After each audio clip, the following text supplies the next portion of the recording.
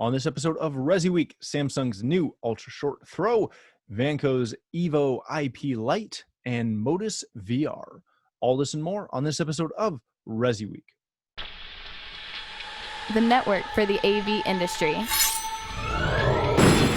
What are you listening to? This is AV. This is AVNation. This is AVNation. This is ResiWeek, episode 240, Awaken the Nerd. Support for AVNation is brought to you by Blackwire Designs, the go-to distributor for the CI industry with an extensive product lineup backed by unmatched sales and system support. Anytime dealers need it, even after hours or on the weekend. Welcome to this episode of ResiWeek, your weekly roundup of all the latest news and stories for the residential AV industry. I'm your host, Matt D. Scott for AVNation.tv, and this week we are pleased to be joined by two of my good friends. First, we have Jeremy Glowacki. He is the executive editor at Residential Tech Today. How you doing, my friend? Doing well. Thanks for having me, Matt. Thank you for being here. Then we have Alex Capoceller-Antro. He is the founder of Josh AI. How are you, sir? Doing great. Thanks for having me. I butchered your name again. I'm sorry. It's all this good. Is all on me. I'm calling it COVID brain because it's Tuesday and I do this on Monday, and I'm a sucker for structure, and throwing me off by a day totally threw me off. That's what we're going to go with. All right, gentlemen, hopefully you both had a great Labor Day. Let's kick this off with a story that comes to us from CE Pro. Samsung has debuted its first ultra short throw projector, dubbed the Premier. It is a 4K ultra short throw laser projector that will have HDR 10 plus and have two models, one that's capable of 120 inches and one that's capable of 130 inches. If you read into this, as I mentioned, it's a laser projector. They are expected to top out at 2,800 lumens. Jeremy, let me start with you on this. This is really, really cool to me that we have a couple of manufacturers now making short throw projectors. LG released one, I believe, last year. Samsung has their Premier that we're talking about today. These are supposed to sit essentially just off the wall and obviously project onto said wall and give you that massive theater type experience without needing the distance for throw and permanently installed pieces. When you see what Samsung's doing here, is this really breaking down the barrier between traditional TVs and two-piece projection?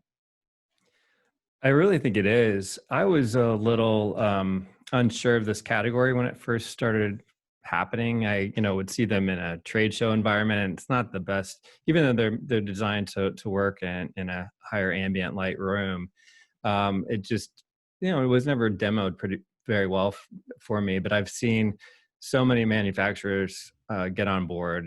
That Michael Heiss wrote about this for us as well, and he was mentioning that Sony, LG, Optima, Hisense, BenQ, and Epson all have a UST offering now as well. And Samsung was a little later to the game, but I think what's kind of interesting about this type of this particular category is that unlike a two-piece projector system, you actually have a smart component. You have apps as part of this particular offering. So you can integrate your Apple TV right there into it. So it's a single solution like a TV, but yet you have that projector experience without having it be above your head or some kind of a difficult installation type of scenario.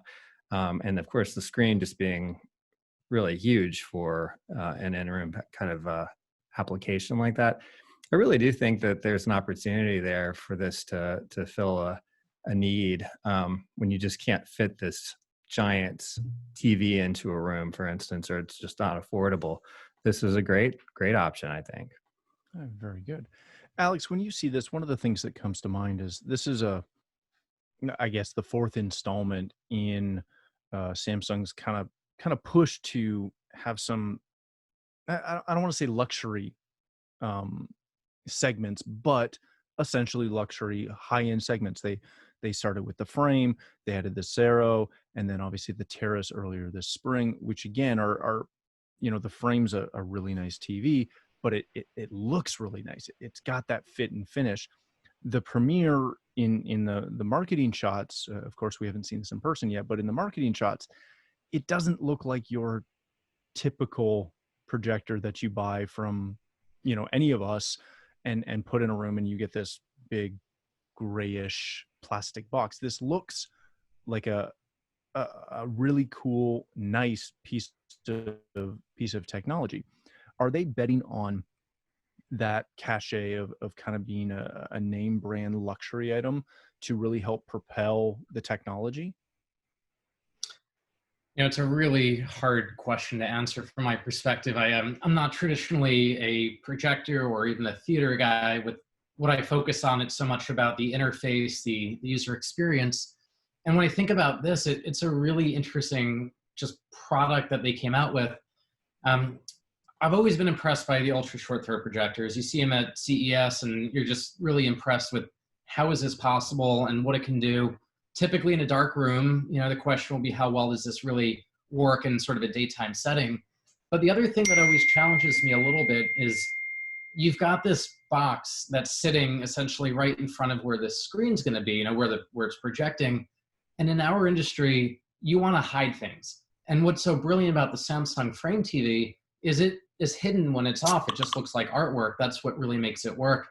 In this case, even going with nicer materials and nicer fabrics, it really does stand out to me. It comes in sort of this white or gray from what I've seen. And I'm not sure how well you can hide it in a cabinet or even under the floor. And so it does sort of bring up the question of which rooms will this be most sort of fitting, which level of luxury homes will want this. There's some homes, as everyone on this call knows, you don't want to see any technology. It needs to be completely hidden. And I don't know where this sort of fits in with that.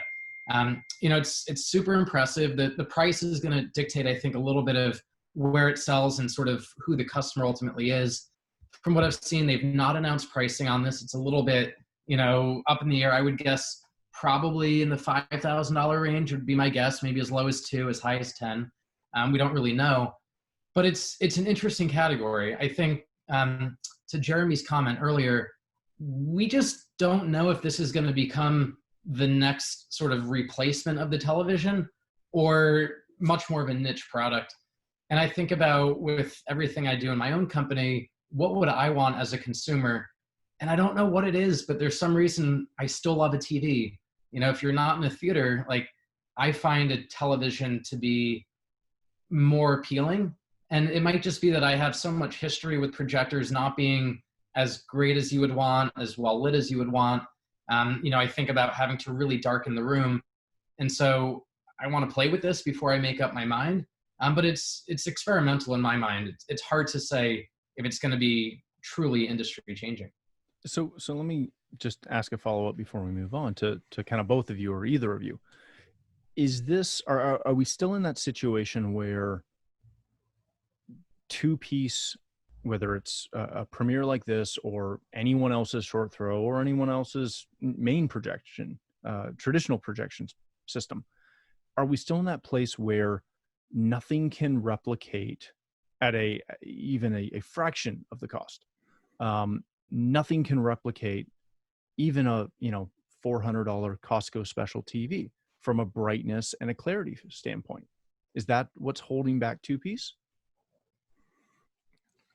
It might be. I just think it goes back to that size situation, though. I mean, it's such a big screen, and it's really hard to get that from a direct view TV, and be able to fit it through a doorway or have it shipped properly or whatever it is. And these screens, at least I spoke to the folks at Epson about their recent release, and their big thing is matching that screen perfectly with the image. So you're not going to gamble on, is this the right quality of, whether it's a certain brightness of the screen that you need for that particular projection or whatever it is. It's going to be perfectly tuned to that. So you're going to get the best that you can get out of it, at least from that perspective with the Epson. Again, you're in a ambient light situation. Maybe that's not going to be ideal, and you would still perhaps get reflection off of a glass, front of a screen as well. There's never a perfect scenario, but it's interesting with this one. They were talking about that fabric wrap. I'd forgotten about that. So that's sort of a sports team idea that they were saying, like something where you could tie it in with. So it almost seems like that's the application they're looking at. It's like a room where you'd have a bunch of people watching a game or something like that. And that's never the ideal theater, dark room kind of, setup, I don't think. Even though I do that, it's just, that's kind of the movie watching experience, is the dark room. So kind of splitting the difference there, would be able to watch that big giant screen for the game, maybe the gamer to be able to play their game in a hugely immersive environment. I do think there are compromises for sure. So I don't know what the best of the options are for the given application, but it's definitely an option that's there now. Yeah, I mean, like a lot of things in our industry, I think there's a perfect application for this project, and this product rather. I'm just not sure that it's going to be the right product for every room, for every situation. And so I could see, some rooms with a frame TV, and then, maybe one or at most two rooms that would have, a short throw projector. It is interesting, though. I think a lot of the theaters that we get to see from our clients are really engineered for a real projector and, all the right acoustics. This kind of lends itself, in my mind, more to I don't want to call it a DIY theater, but a little bit of like an afterthought theater. I didn't design this room to be my theater, but it will work. And I need a projector that I don't have the space for. Like, this would then slot in perfectly. Yeah, I could totally see that. The family room Yeah. option. Yeah. Hey, thanks for watching the first segment of this week's episode. To catch the entire show, please click the link below or visit avnation.tv. That's avnation.tv.